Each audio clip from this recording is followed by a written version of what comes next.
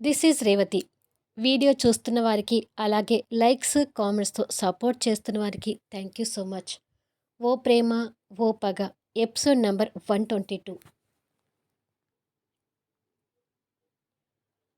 మిగతా కుటుంబ సభ్యులందరూ హాల్లో ఉండగా కరెక్ట్‌గా 12 గంటలకి భరత్ ఆ ఇంట్లోకి అడుగు పెడతాడు. బరువెక్కిన గుండెతో అందరూ భరత్ వైపు చూస్తూ ఉంటే భరత్ వాళ్ళ అందరినీ నిర్లక్ష్యంగా చూస్తూ శక్తిని తీసుకువెళ్ళడానికి వచ్చాను అని చెప్పి శక్తి అంటూ పిలుస్తుంటాడు. ఆ పిలుపు పైన రూమ్లో ఉన్న సామ్రాట్ చెవిలో పడుతుండగానే బుల్లెట్స్ని గన్నులో సెట్ చేస్తున్నాడు. భరత్ గొంతు విని శక్తి సంతోషపడుతూ బయటికి రాబోతుంటుంది. క్షణంలో రాజశ్రీ అక్కడికి ఎదురు వచ్చి, మాకు అన్యాయం చేసి వెళ్ళకమ్మా అని కన్నీటి పొరలతో రిక్వెస్ట్ చేస్తుంది. అలా బాధపడుతూ మాట్లాడుతున్న రాజశ్రీని చూడగానే శక్తి మనసు చివుక్కుమంటుంది.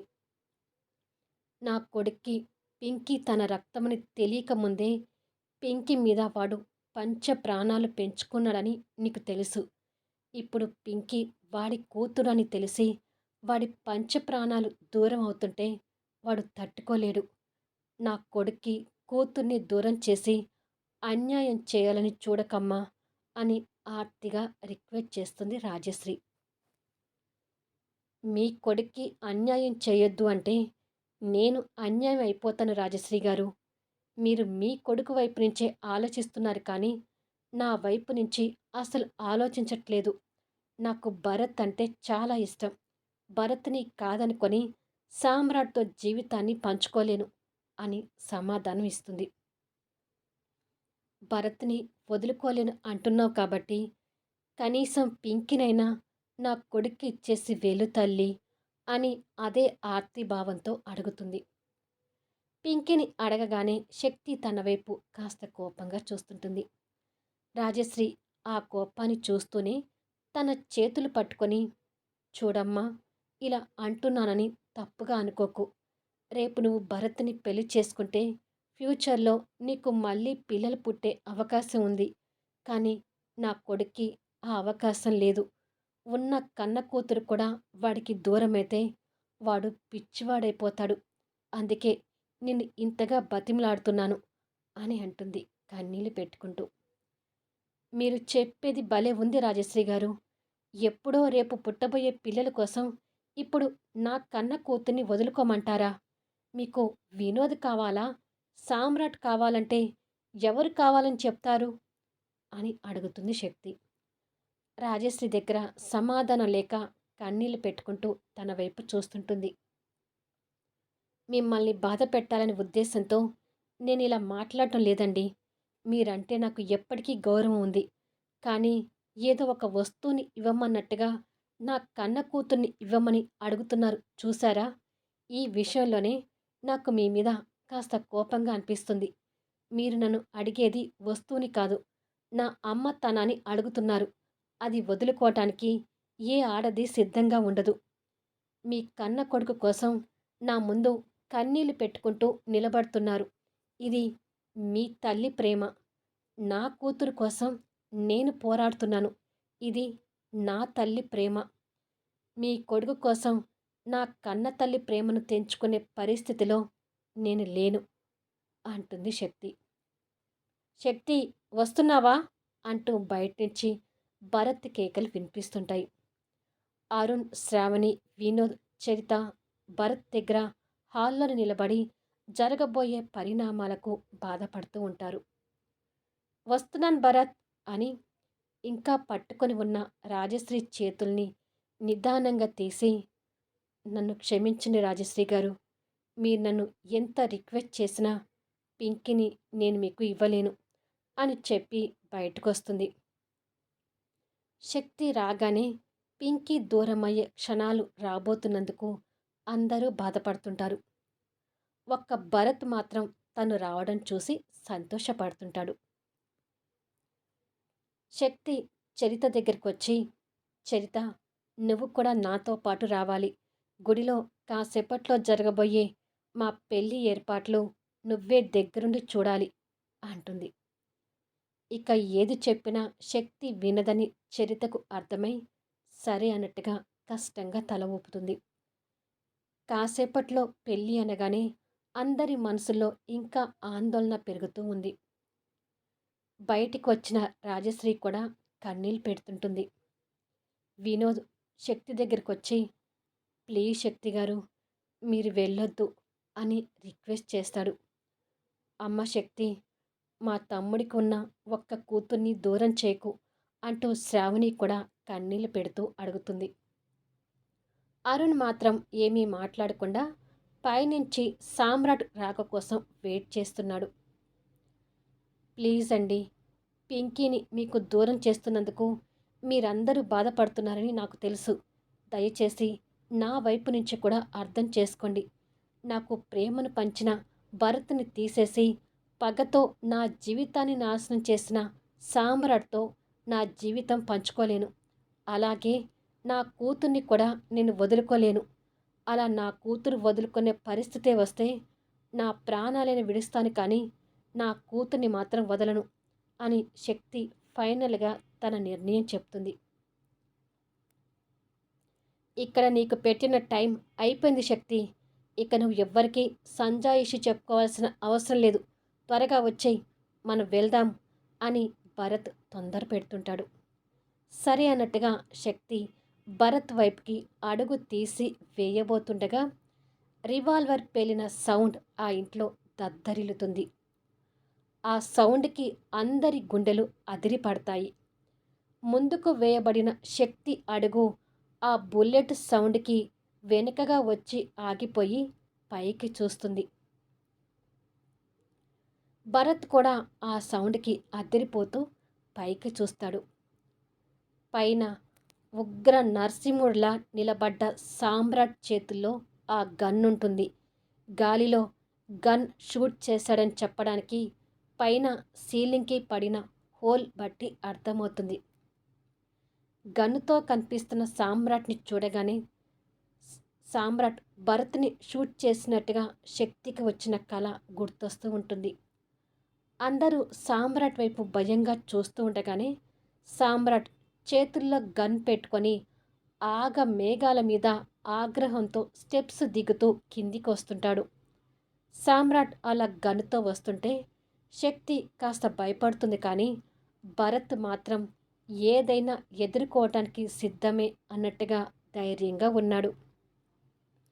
సామ్రాట్ కిందికొచ్చి శక్తిని కోపంగా చూసి రివాల్వర్ని ఎదురుగా ఉన్న భరత్ వైపుకి గురిపెట్టి, ప్రాణాలు కావాలా, శక్తి కావాలో కోరుకో భరత్ అని అడుగుతాడు. శక్తి అదంతా కంగారుగా చూస్తుంటే సామ్రాట్ ఏం చేయబోతాడా అని అందరూ భయపడుతుంటారు.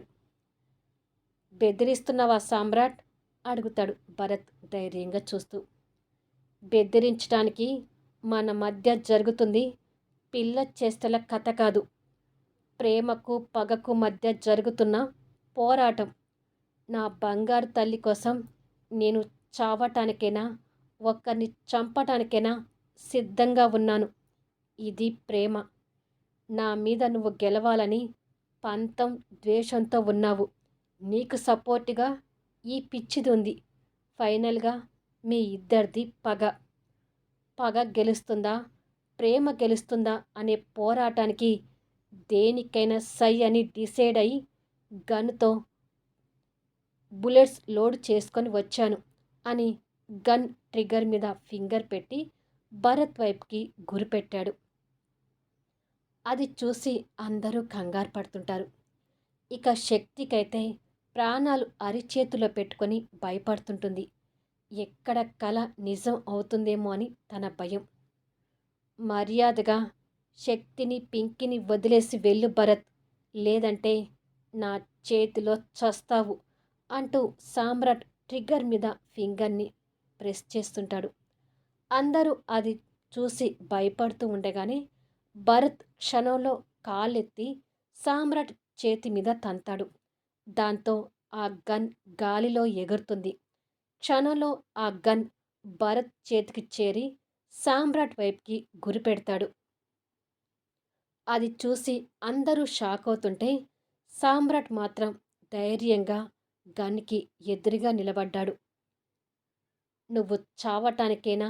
ఒక్కరిని చంపటానికేనా సిద్ధం అయ్యే వచ్చావు కదా! అయితే నువ్వు చావు" అంటూ భరత్ క్షణం కూడా ఆలోచించకుండా షూట్ చేస్తాడు. బుల్లెట్ సామ్రాట్ గుండెల్లోకి దూసుకొచ్చే లోపే సామ్రాట్ క్షణంలో తప్పించుకుంటాడు. ఆ బుల్లెట్ సామ్రాట్ వెనుక ఉన్న ఫ్లవర్ వాజ్‌కు తగిలి అది కింద పడి ముక్కలవుతూ భల్లున శబ్దం వినిపిస్తుంది. క్షణంలో అంతా జరుగుతుంది. ఆ దృశ్యం చూసిన అందరి గుండెలు ఒక్కసారిగా ఆగిపోయినట్టుగా ఉంటాయి. ఫైనల్‌గా సామ్రాట్‌ని ప్రాణాలతో చూస్తున్నందుకు అందరూ ఊపిరి పీల్చుకుంటారు. శక్తికి మాత్రం అక్కడ జరుగుతుంది చూసి తల తిరుగుతుంటుంది. అందరూ ఆ దృశ్యం నుంచి తేరుకోక ముందే బుల్లెట్ గురికి సామ్రాట్ బలి కానందుకు భరత్ అసహనం చెందుతూ మళ్ళీ ఏమాత్రం ఆలోచించకుండా సామ్రాట్‌ని షూట్ చేయబోతుంటాడు. భరత్ మైండ్ సెట్ కనిపెట్టిన సామ్రాట్ వెంటనే తేరుకొని రివాల్వర్ పట్టుకున్న భరత్ చేయిని తన్నేసరికి మళ్ళీ గన్ గాలిలో ఎగురుతుండగా సామ్రాట్ ఆ గన్‌ని క్యాచ్ చేస్తాడు. ఇప్పుడు సామ్రాట్ భరత్‌కి గురిపెట్టాడు. ఇద్దరి మధ్య ఏం జరుగుతుందోనన్న ఉత్కంఠం అందరి మనసుల్లో నెలకొనిపోయింది. సామ్రాట్ కసిగా భరత్‌కి గన్ గురిపెడుతూ, "నేను అంత ఈజీగా చస్తే నా కూతురు నాకు పెట్టిన హీరో అనే పేరుకి వాల్యూ ఏముంటుందిరా పిచ్చోడా" అని అంటాడు కోపంగా చూస్తూ.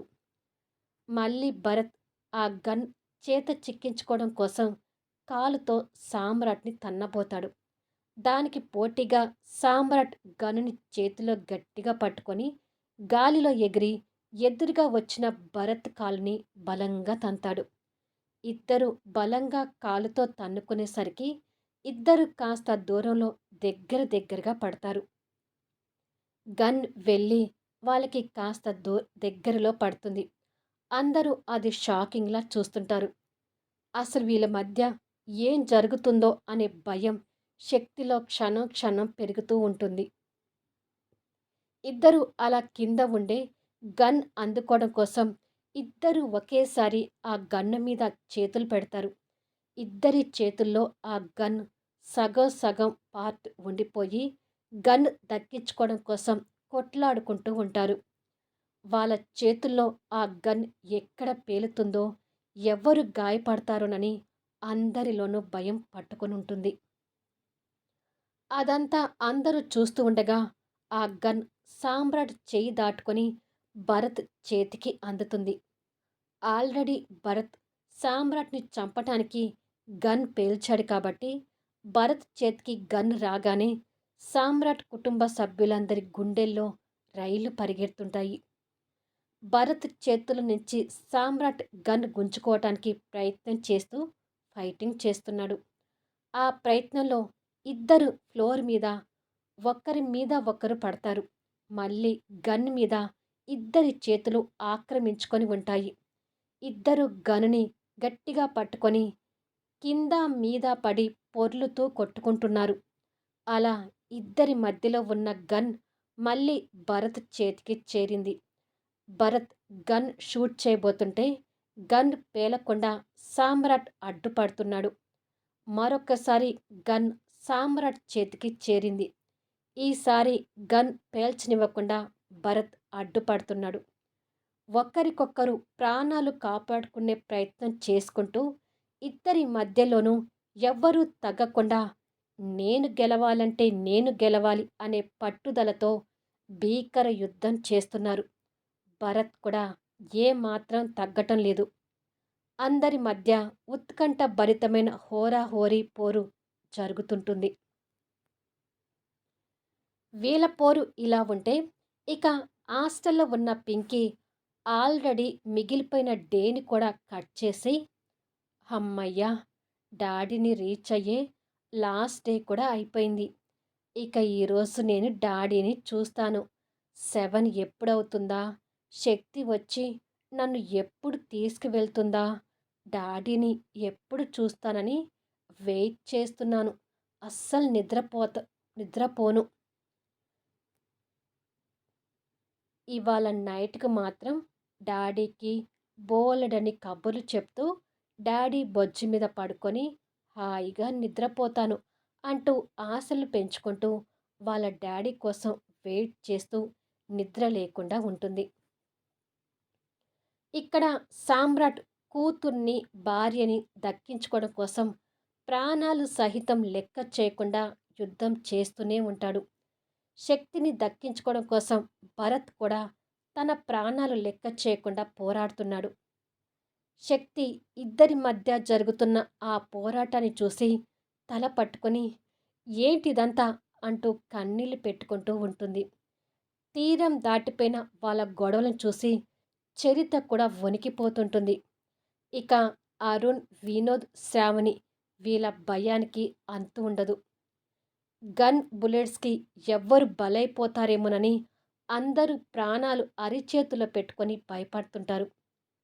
సామ్రాట్‌కి ఏమైనా అవుతుందేమోనని భయపడుతూ సామ్రాట్ అంటూ అరుణ్, అన్నయ్య అంటూ వినోద్ సామ్రాట్‌ని కాపాడుకోవటానికి దగ్గరికి వెళ్ళబోతుండగా, ఆగండి!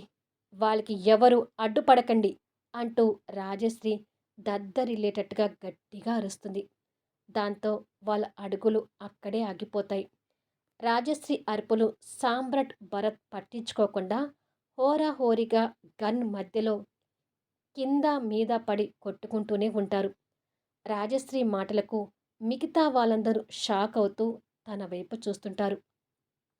ఏంటత్తయ్య మమ్మల్ని ఆపుతున్నారు అని కంగారు పడుతూ అడుగుతాడు అరుణ్. రాజశ్రీ వాళ్ళిద్దరి మధ్య జరుగుతున్న యుద్ధాన్ని కసిగా చూస్తూ, వాళ్ళ చిన్నతనం నుంచి వాళ్ళిద్దరి మధ్య జరిగిన పోటీ మనం చూడలేదు. కానీ ఇప్పుడే అసలైన పోటీ చూస్తున్నాం. ఇన్నాళ్ళు వాళ్ళ మధ్య జరిగిన పోటీ ఒక ఎత్తు అయితే, ఇప్పుడు జరుగుతున్న ఈ పోటీ మరొక ఎత్తు. ఇద్దరు ప్రాణాలు తెగించి పోరాడుతున్నా ఈ పోటీలో ఎవరు గెలుస్తారా, ఎవరు ఓడిపోతారు అనేది ఎదురు చూడండి. కానీ వాళ్ళ మధ్య జరుగుతున్న యుద్ధాన్ని అడ్డుకోవడానికి మాత్రం ప్రయత్నించకండి అని రాజశ్రీ సీరియస్గా చెప్తుంది. రాజశ్రీ మాటలకు శక్తి షాక్ అవుతుంటే మిగతా వాళ్ళందరూ సైలెంట్ అయిపోతారు. శక్తి కన్నీళ్ళు పెట్టుకుంటూ, నో, నా వల్ల ఎవరు చనిపోయినా నేను భరించలేను. అది నా వల్ల కాదు అంటూ శక్తి వాళ్ళ ఇద్దరి మధ్యకు వెళ్ళబోతుంటే రాజశ్రీ తన చెయ్యి పట్టుకుని ఆపి, నువ్వు మా ఇంటి కోడలుగా ఉంటే నిన్ను మా గుండెల్లో పెట్టుకొని పూజించుకుంటాము అన్నాము. కానీ నా మాట వినలేదు. నా కొడుక్కి మళ్ళీ తండ్రి అయ్యే యోగ్యత లేదు. పింకినేని ఇవ్వమని చేతులు పట్టుకొని బతిమలాడాను. అయినా వినలేదు. నా కొడుకు కూడా ఎన్నో రకాలుగా నీకు నచ్చ చెప్పాలని చూశాడు. కాదని చెప్పావు. అలాగే ఇప్పుడు కూడా నువ్వు అడ్డు చెప్పడానికి వీల్లేదు శక్తి. నా కొడుకు తన కూతురి కోసం ఆఖరి పోరాటం చేస్తున్నాడు. ఈ పోరాటాన్ని నువ్వు అడ్డుకుంటాను అంటే నేను చూస్తూ ఊరుకోను అని రాజశ్రీ శక్తి మీద కాస్త మండిపడుతూ వెనక్కి గుంజుతుంది. ఆవేశంగా వస్తున్న రాజశ్రీ మాటలకు శక్తి మరొకసారి షాక్ అవుతుంటుంది. ఫ్లోర్ మీద ఇద్దరు కింద మీద పడి వాళ్ళ మధ్య గన్ ఎక్కడ పేలుతుందని కంగారులో శక్తి వాళ్ళని చూస్తూ, కన్న కొడుకు ప్రాణాలు పోతాయనే భయం మీకు లేదా అని శక్తి కూడా ఆవేశపడుతూ రాజశ్రీని నిలదీస్తుంది. ఉంది. కన్న తల్లిని కాబట్టి భయం లేకుండా ఎందుకుంటుంది? ఏ క్షణంలో నా కొడుకు రక్తాన్ని చూడాల్సి వస్తుందో, ఏ క్షణం నా కొడుకు ప్రాణాలు నా కళ్ళ ముందే పోతాయేమోనని నేను నా గుండె పగిలేలా భయపడుతూనే ఉన్నాను. కానీ నా కొడుకు బతికి ఉండగా తన కూతురికి ఇంకెవరో కన్న తండ్రి అవుతుంటే, నా కొడుకు బతికినా కూడా ఇక వాడి జీవితం వ్యర్థం అనుకుంటాడు. పోతే వాడు ప్రాణాలైనా పోవాలి, లేదంటే కన్న కూతురిగానైనా దక్కించుకోవాలి.